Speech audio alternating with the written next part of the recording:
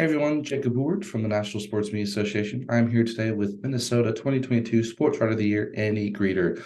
Congratulations on the award and thank you for being here. Thank you for being Yeah, here. thanks for having me, Jacob. Awesome. How would you say you got started in this business? Oh man, how far back do you want me to go?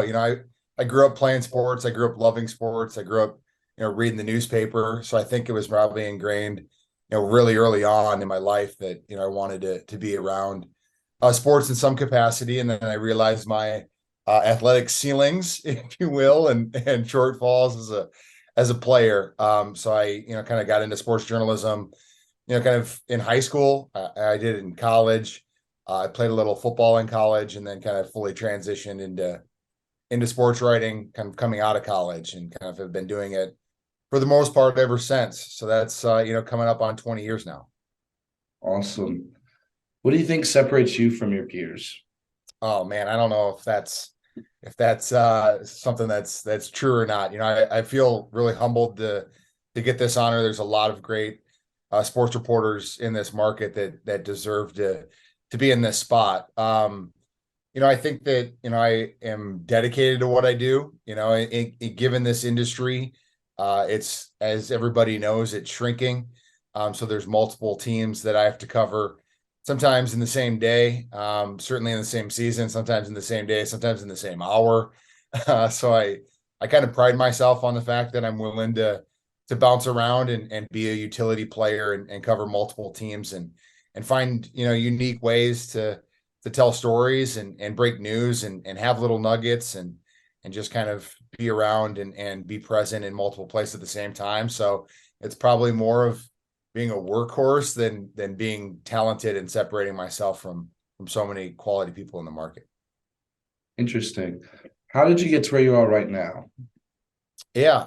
So I worked I went to school at University of Minnesota Duluth, which is on the shores of Lake Superior. I got my first job at the Duluth News Tribune. Worked in sports there, and then moved and transitioned into news and into business and covered things outside of sports for a while up there. And then I've had a kind of renaissance period where I traveled in South America and did some organic farming and some high school sports officiating for a while, and then got back into covering breaking news at the St. Paul Pioneer Press, where I work now, and then kind of got back into sports in full time in about 2013, and covered the Timberwolves for a couple of years, and then transitioned into Minnesota Gopher football. That's the primary beat that I cover, and then I do Minnesota United, which is the MLS team, and then I do Gopher basketball as well. So, like I said, when they can all overlap at the same time, and that can be kind of the crazy period for me. So that's kind of a little bit more about kind of how I got started and where I'm at now. Awesome. What inspired you to really go down this path? Yeah, I think it's kind of like I said, wanting to kind of stay in sports, wanting to tell people stories, wanting to have fans be connected to the teams that they care about, and try to hear things that they might not hear elsewhere about those teams, whether it's roster building and how people are doing things in the transfer portal or in the transfer market when it comes to soccer, or hearing unique things about the coaches and players that they watch on Saturdays, or any given day of the week. Kind of hearing about unique things in their life or how they do things off the field. I'd like to know, unique things about players and coaches, and I like to share that with fans. Awesome. Who would you say you look up to in the business?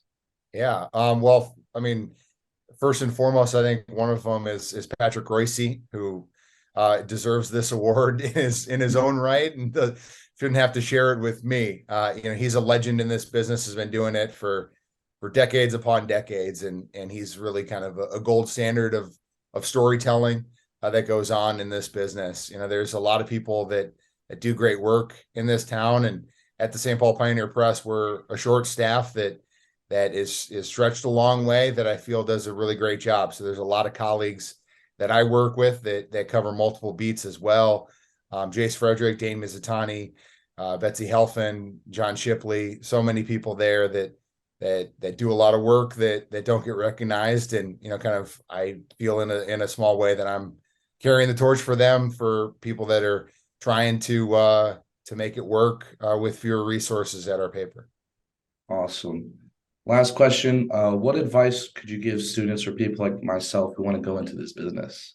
Yeah, I would say, try to do things differently, try to do things uniquely, try to, differentiate yourself from telling different stories, right? Don't fall into the same rut of telling the same feature story or telling the same game story. And obviously a lot of this comes down to relationships, right? So I think you need to be able to make yourself, humble and open and honest and inquisitive and knowledgeable, right? I think when you're trying to tell stories, those things can go a long way. If you know that detail about a guy from 5 years ago, then I think that kind of opens the door for them to be willing to share more with you if you have that kind of understanding. Obviously, relationships are huge, right? In this business, you want to be able to try to break news.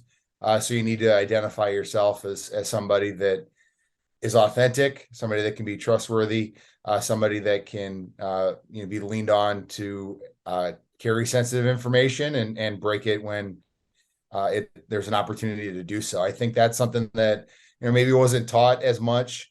Not the authenticity or honesty part, but just kind of needing to form relationships in the business, right? I think that's something that's really important, and just kind of having relationships able to kind of speak on background or speak off the record or be willing to kind of have things embargoed at times. I think that kind of provides an opportunity for you to have knowledge that you wouldn't, instead of it's all on the record until it's off, and kind of being that kind of hard line about it. I think there's so much more to be shared if you're willing to kind of determine those boundaries and those standards with sources. I think that's something that I wish I had more of an understanding of early on in my career and was taught that earlier in school. Awesome. Well, thank you again for your time, and I hope to see you in person at the awards in the coming 2 weeks. Yeah, I'll be there. I'll see you there. Awesome. Thank you.